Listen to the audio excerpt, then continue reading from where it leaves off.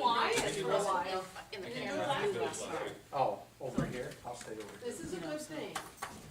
I said you can sit, maybe we'll sit next to John. Well, they haven't dropped the suit yet. I mean, so, just means that it's, It just means that lawyers are collecting money.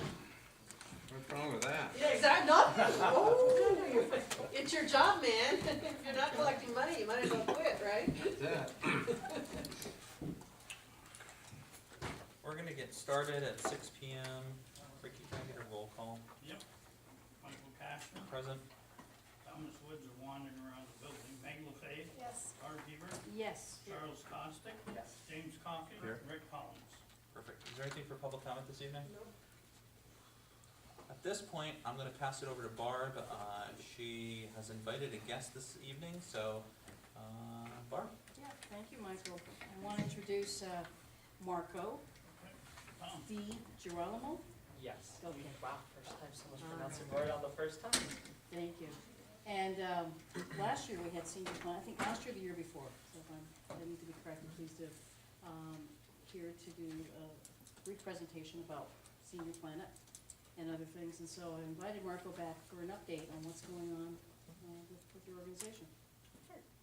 So, I'm Marco DiGirolamo. I'm the program manager at Senior Planet. And like Barbara said, I'm here to just give an update on what Senior Planet has been doing since the last time we had one of our staff members come and speak with you all.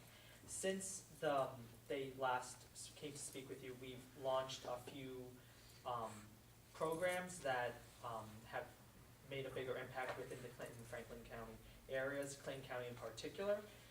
That program is called the At-Home Program, which is very similar to our typical classes that we have at the center, which is technology-based.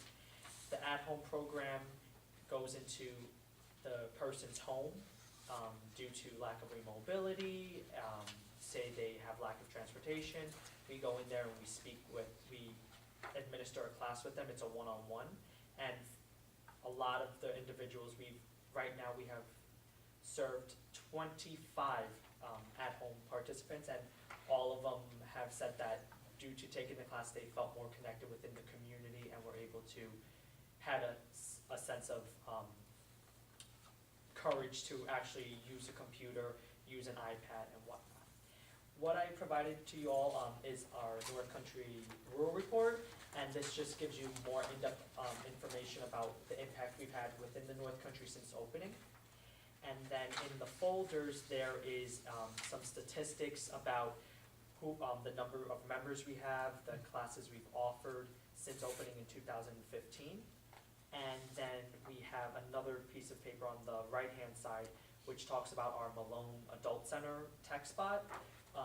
We have a tech spot which is probably about the size of this wall behind you all, and it just has a few pieces of technology where we host classes. And the individuals there, we've served about 108 of them. And then here in Plattsburgh, we have served over 550 people. In total, we are at 966 members in total. So if you have any questions, I'm here to answer them. Because originally this was started a little over 2 years ago. In New York City, there was the New York-based Oats. Yes, we have another center in New York City. That started in 2013, and then we came up here when there was the broadband expansion, and we've been here ever since. Our big champion, we like to say, is Billy Jones. He's been our big advocate to the New York State Office for the Aging each year. Each year we have to go back and ask for funding. So every April we find out, and this past April we got funded again, and we plan on expanding much more throughout the North Country in the future. Are you going to expand in other congressional districts?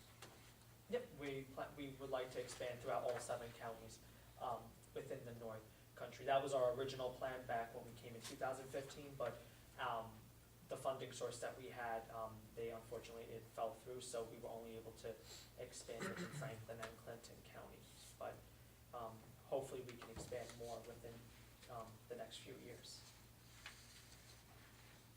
Any questions? I don't know if anyone else did, but I wrote a letter in support of it, and I think it was Chad who asked us to send it. Yeah, Chad McCarthy, he was my predecessor, yeah. because I think the challenge that was presented to you was to try to, since there was one in one of America's largest cities, was to try to bring it to the rural area. Yeah. And see what we could do to Yeah. make connections. Yeah. Is this a free program or is that a site? This is all free of charge. We just have individuals who are interested. The only thing we require is that they're over the age of 60, and they just have to fill out some brief information, some demographic questions, and you're automatically a member. And you can we offer 10-week and 5-week courses. We offer workshops that are an hour long. In your folder, it gives a few of it says explore texts and workshops. We have different topics in technology, like Amazon Echo, gardening applications, and then we also offer one-on-one tech help, where a member can stop in and a staff member sits with them for about 30 minutes and answers any questions they have, help them troubleshoot their new device and stuff like that. Geez, whenever I go in, you have to sit there for an hour at least. That's You the go in, right, Tom? Yeah, and it always ranges, especially with the tech help on we only allow them on Fridays, and individuals, there's sometimes 10 people that come in, sometimes there's 2 people that come in at a time, so there's usually a bit of a wait depending on when people need some tech help. It always seems to be right after Christmas when everyone gets their new devices. Yeah. So, yeah. Well, I know that the recreation department appreciated the partnership with the Fitness for Life group too. Oh, So, that's just it sounds strange, but even those applications, with Fitbits and a number of other opportunities to integrate technology, so that was kind of a neat application, that one. We actually just had a workshop today on gardening applications, and everyone seemed to love it. We went over a few applications you can download on your smartphone, and people were wowed by it. We thought of the idea because a lot of our members are master gardeners, so we had a fleet of master gardeners come in today and sit down and learn about some of the applications and some gardening technology that really benefits people, whether it's a small garden or a large garden. And that's what we like to do as well. Debbie's gonna be my new master gardener for the. After I finish pulling my weeds, thank you. Yeah, good, thank you, Marco. All right, thank you. Thank you. Thank you. So you're just working on Fridays now, that's one day that you come in to ask? Because you're saying something about tech on Mondays.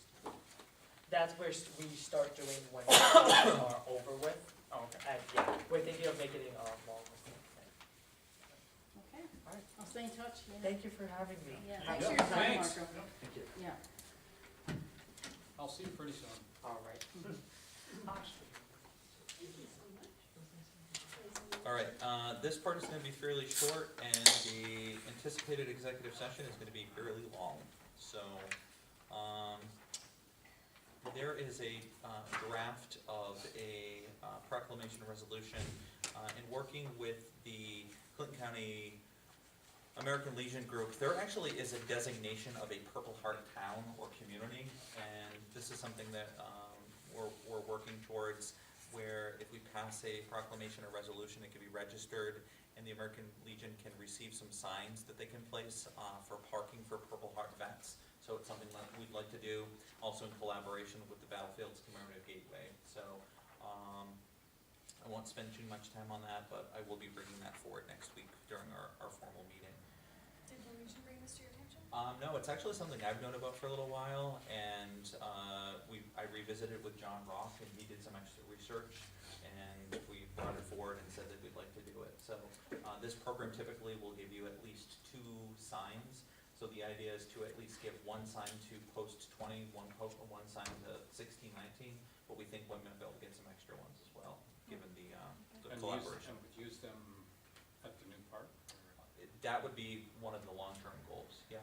So we're gonna see how many signs we can get, but the designation overall, I think, is just a nice thing to do. We have a lot of veterans in our community, and I think it goes a long way just to recognize this as a town board, so. For draft resolutions, we do have draft resolutions as it regards to minutes, and we also have a draft for an RFP for planning codes engineering consultant. This is a conversation that we have had in numerous pockets for quite a while now.